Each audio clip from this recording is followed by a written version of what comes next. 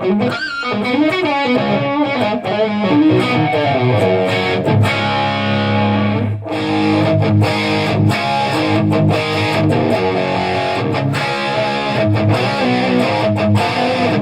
ladies and gentlemen, boys and girls, how are you today? Welcome back to the channel. Today I have the Digitech Bad Monkey to demonstrate. I'll take you through the setup. It's pretty straightforward. Let me grab the camera. Let's have a look at the tone. This is the guitar I'll be using for today. It is my Ibanez RG560, late 80s, early 90s model. This thing is a beast of a machine to play. Okay, so we're going from that into the Bad Monkey. Okay, into the Bad Monkey. From the Bad Monkey, we are going to... Now this is a special... I've got the special setup today because... let me just zoom in here. Going through the J48. So it comes in here. Alright, so records... I've got this set up this way specifically because I'm currently recording with my band. So what I'm using is the throughput here. So it's come through here and then goes back straight back out again. All the way to the pedal board. It is going through the tuner to the switching box, which won't be being used. Going straight out to an orange dual Terra amplifier. I'm currently using that channel there, the Tiny Terra channel, for recording. I had to change it to a nice clean tone for today's demonstration. There we go. Going into that channel there. From there, we got two mic setups. I'm using both mics here because, like I said, I'm recording from a band at the moment, so we're taking off-axis microphone there, and an on-axis Sennheiser E609. This DM1002 is a cheapie from a electronics store, but for recording purposes it's perfectly fine. Okay, coming over to this desk here, you can see the only slight changes to the tone. So one axis is my bright channel, one axis is my dark channel, and then on the PC, or no, actually not on the PC, here I blend the two together. As you can see, there's a bit of a blend. I'm not touching any of this. It's still going to be used because of recording. So that's the gain setups for each of the microphones. It's fairly flat. This one's a little bit brighter because the mic is a bit darker than for recording purposes, but it shouldn't really affect the overall sound. But what you're going to hear is the way I would use the pedal. So obviously your experience with the pedal will be different. Comes out here, the two microphones go into here, and then it comes out here, which goes off to back to the computer, into this box here, and then we record that straight into Reaper. Now let me take you through the Reaper setup. What I have on Reaper here is I have two channels set up. Okay, I'm recording on both of these channels here. One is pan right, one is pan left, and the one here has a slight delay on it of about 12 milliseconds, 10 to 12 milliseconds. I haven't really set that up yet. 12 seems to be the best one. So it delays the signal. And I have the phase inverted on that channel as well. Once I record these two channels here, it then goes into this master channel here through this effects chain here, which is simple Voxengo. Voxengo's MSED, which is a mid-side encoder.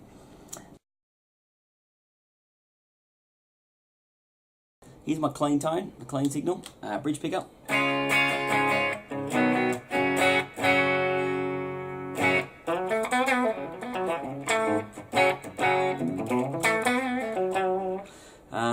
What else? Clean tone on the second, second setting, there's 5 on the bridge, so bridge in middle, which is this.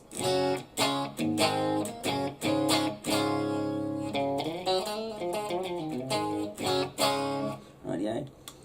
Here we go. So, see my feet. Try to set this to a unity gain, so all the controls are fairly flat at the moment, except for the level. Right.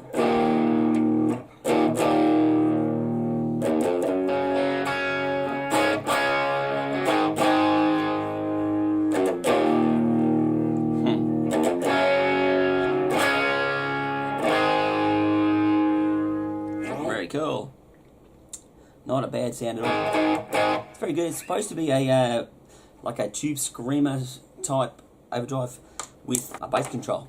I'm going to leave the gain at the center, and I'm going to increase the bass, the low. So there you go, it's about 9 o'clock, 3 p.m., 3 o'clock.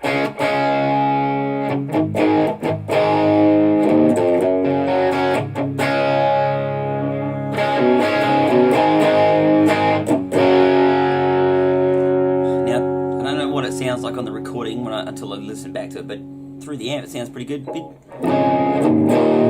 a bit of beef. Now the orange sometimes doesn't like taking pedals. It whinges and carries on depending on pedals, but it seems to do quite well with this one, particularly when you drive the amp. If you give the amp a bit of shtick with the gain control, it's actually quite good. Alright, it really sort of oomps up the bottom end.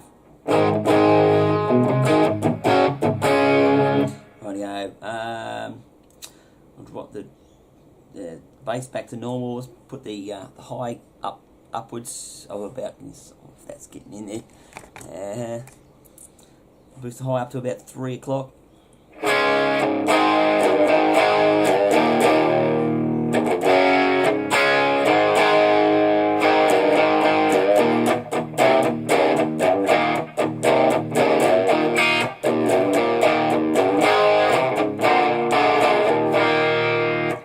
Quite a good sound. Right, back to normal. Let's try the gain. So no gain at all. It's quite a clean sound. Still a bit of dirt there. The orange is set up quite clean. Now I know with the orange can sort of distort if you drive its level too much. Which is, if you want to boost, that's very handy. This is really, really good for boosting an existing overdriven channel. Alright, you pump up the gain a bit.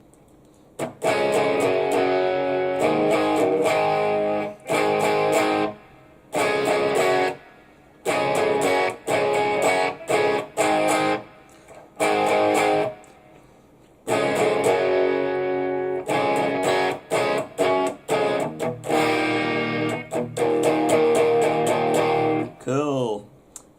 Drive it a bit harder. Let's go about 2/3 of the way.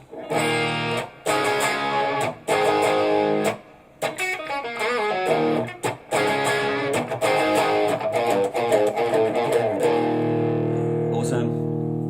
A little bit higher with the gain.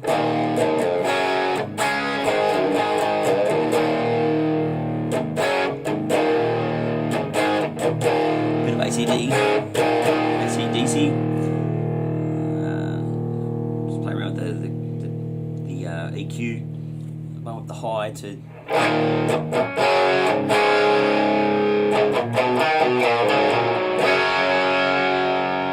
Not bad. And now not sure what the positioning is of the low, but I dare say it feels like it's before the gain stage. I'm not sure. Could be after. No, it's definitely after the gain stage, that's for sure.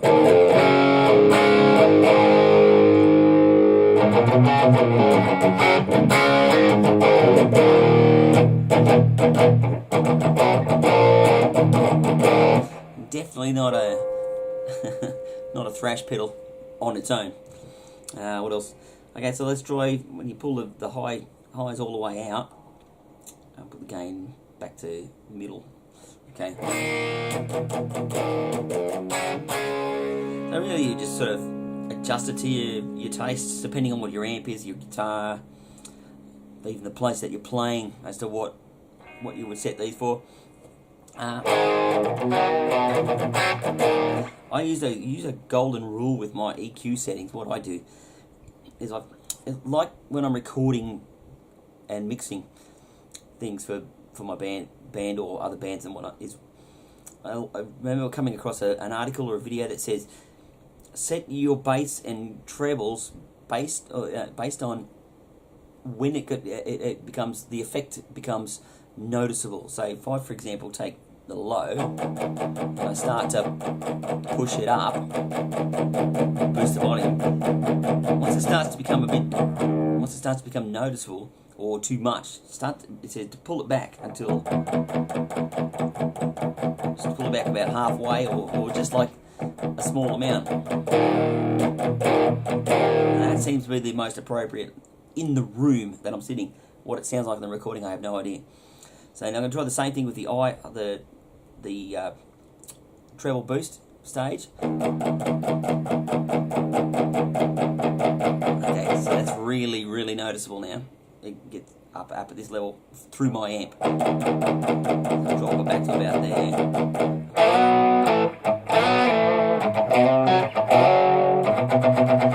Yeah, it's pretty good. It may be even too much. Who knows? But yeah, so play around with when you play around with these controls. Try not to go, oh yeah, cool, I'm going to do that.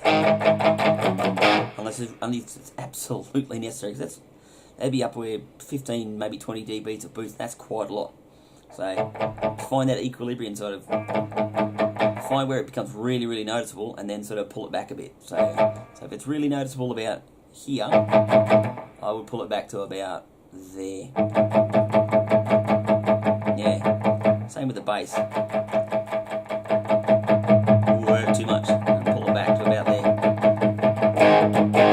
And that would be for that setting. So if I changed any of this, I would go through that same process with this. Again, I'd reset these based on what's going on here, what's going on there, and whatever other factors before or after.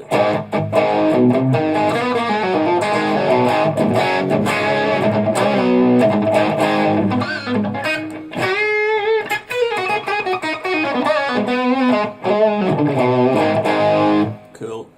Full gain. Put those back to normal. Okay, so full gain.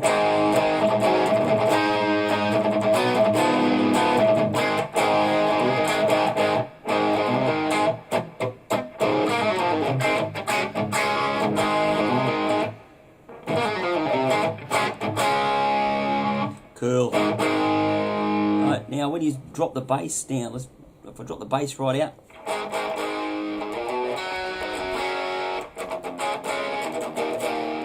it gets kind of thin sounding. Put the bass right up. She just overdrives like there's no tomorrow.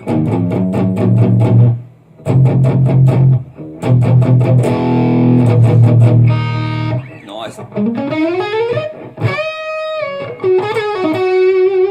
Up high, that bass control really grabs on at the high note, high register.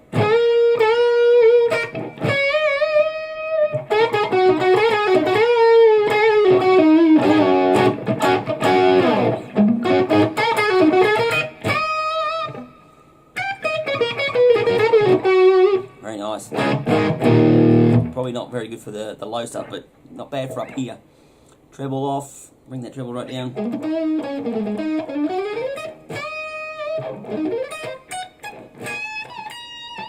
Cool. That's not too bad, but it's really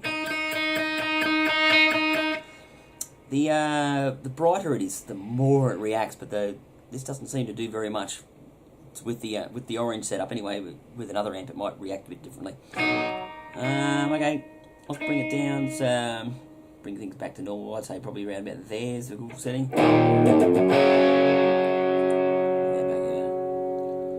And the level, obviously. Let's bring that down. Level control, basic level.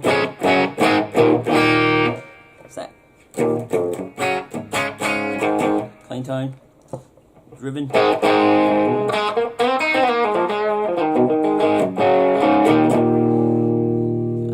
that back down here.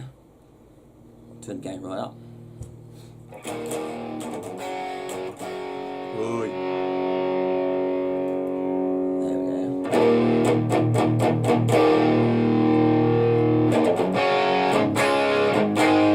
Cool.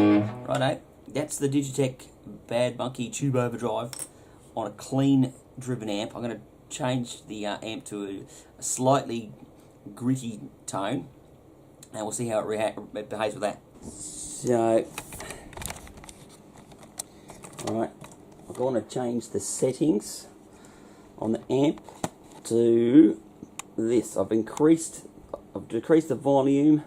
I've left that there because that's I left that the same.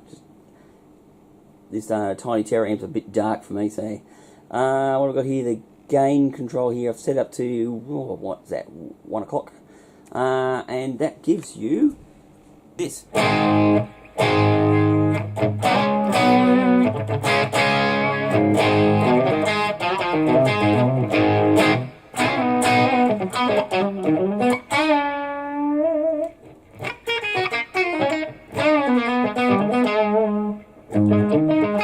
Okay, here we go.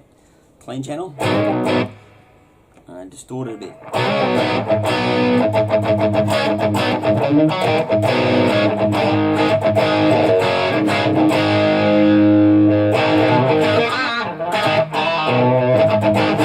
Sounds pretty good in the room.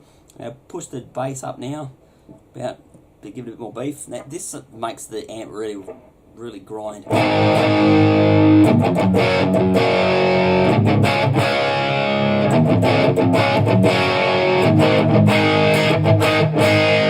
It sounds pretty good with a driving amp. Here we go.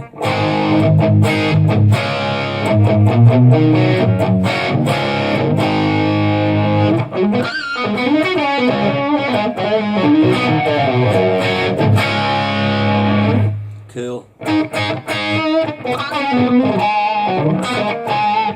Okay. Give it a full shtick. Turn the bass down. All right.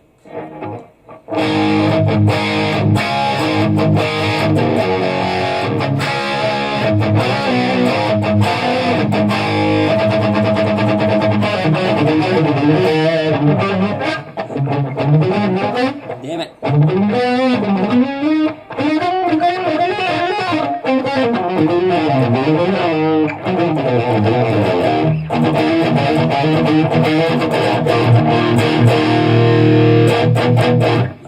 Nice.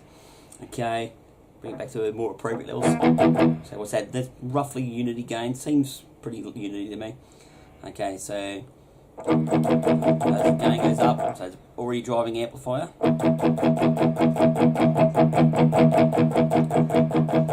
Not much response to the gain from there. Start up.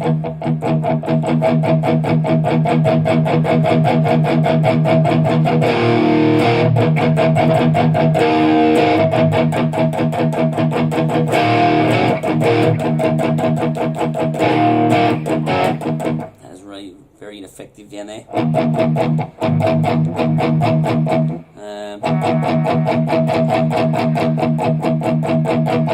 That's very nice with the tube overdrive. Ooh, that's a bit right actually.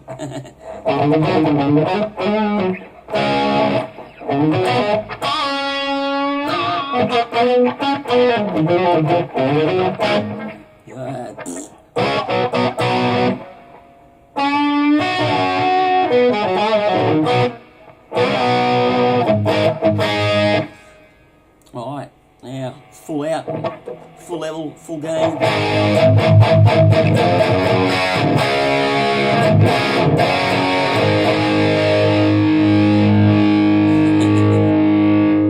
Not that there's any need to use it like that. Righto, well that's the Bad Monkey.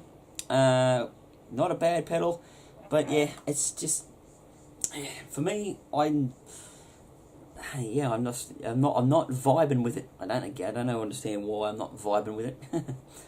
But yeah, everyone seems to like it. It's all it's all contextual whether you want to use it driving a full on driving an amp, an already driven amp, which I haven't demonstrated just like a mildly overdriven amp, and it does work really well with a much more overdriven amp. But as a pedal on its own, just as a distortion unit, I would recommend stacking it with other pedals before or after. You'd have to experiment, but it's just a basic overdrive pedal with an EQ on it. I'm sure you'll find, I'm sure people would find some sort of use out of it. I'm not going to be keeping this one. This one's being sold, so when somebody wants it, they'll get a pretty good pedal, no doubt. Righto, that's enough from me. I'll see you guys next time with another pedal demo.